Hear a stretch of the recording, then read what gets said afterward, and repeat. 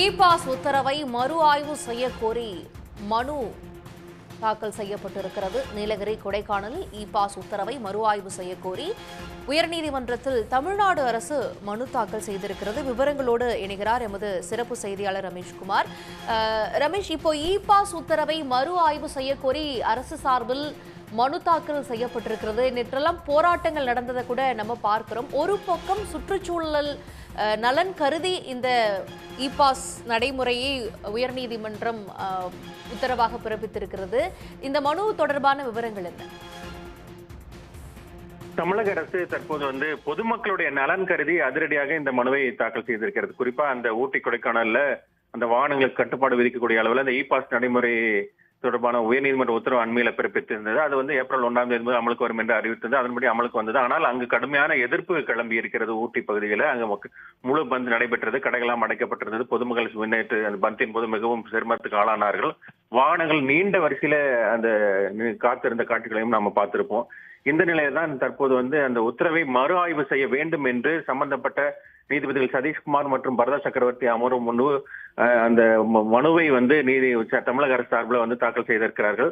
அந்த மனுவில் ஏற்கனவே அது என்ன தெரிவிக்கப்பட்டிருக்கிறது என்றால், அந்த ஊட்டி கொடைக்கானல் போன்ற அந்த மலைவாச ஸ்தலங்கள்ல அந்த சுற்றுச்சூழல் பாதிக்காத வண்ணம் அந்த வாகனங்களுக்கு கட்டுப்பாடு விதித்த உத்தரவை சிறப்பு அமர்வு பிறப்பித்ததை தமிழக அரசு சுட்டிக்காட்டி இருக்கிறது. அதுல ஏற்கனவே தமிழக அரசு தரப்புல இந்த சாதாரண பொதுமக்கள் பாதிக்காத வகையில் நடவடிக்கை எடுக்கப்படும் என்றும் உறுதி அளிக்கப்பட்டதையும் அது தெரிவிக்கப்பட்டிருந்தது. இந்த நிலையில தான் நீதிமன்றம் ஊட்டியில வார நாட்கள்ல 6000 சுற்றுலா வாகனங்களை மட்டும் அனுமதிக்க வேண்டும் என்றும், வார இறுதி நாட்கள்ல 8000 வாகனங்களை அனுமதிக்க வேண்டும் என்றும் உத்தரவிட்ட நீதிபதிகள் கொடைக்கானல்ல வார நாட்கள்ல 4000 வாகனங்களும், வார இறுதி நாட்கள்ல 6000 வாகனங்கள் மட்டுமே அனுமதிக்க வேண்டும் என்று உத்தரவிட்டிருந்தார்கள். அந்த உத்தரவையும் சுட்டிக்காட்டியிருக்கிறார்கள்.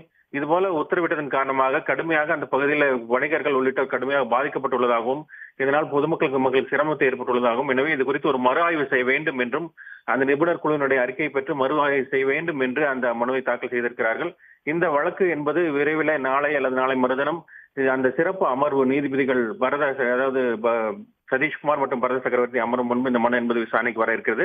அப்போது இந்த உத்தரவில் அமல்படுத்தப்பட்ட போது ஏற்பட்ட நடைமுறை சிக்கல்கள், பொதுமக்களுடைய பாதிப்புகள், வணிகர்களுக்கு ஏற்பட்ட பாதிப்புகள் உள்ளிட்டவையெல்லாம் தமிழக அரசு தரப்புல அந்த வாதங்கள் என்பது முன்வைக்க இருக்கிறார்கள். எனவே ஏற்கனவே இந்த ஊட்டி பகுதிகளை அந்த வணிகர்கள் எல்லாம் கடுமையாக எதிர்ப்பு தெரிவித்திருக்கிறார்கள். அது உடனடியாக கைவிட வேண்டும் என்றும் தெரிவித்திருக்கிறார்கள். அதுவும் இந்த சீசன் டைம்ல கடுமையாக பாதிக்கப்பட்டுள்ளதாக அவர்கள் தெரிவித்திருக்கிறார்கள். அந்த சூழ்நிலை கருத்தில் கொண்டும் தமிழக அரசு இந்த மனுவை அவசர மனுவாக தாக்கல் செய்திருக்கிறது. விவரங்களுக்கு நன்றி ரமேஷ்குமார். உடனுக்குடன் செய்திகளை தெரிந்து கொள்ள சன் நியூஸ் பெல் ஐகானை கிளிக் பண்ணுங்க.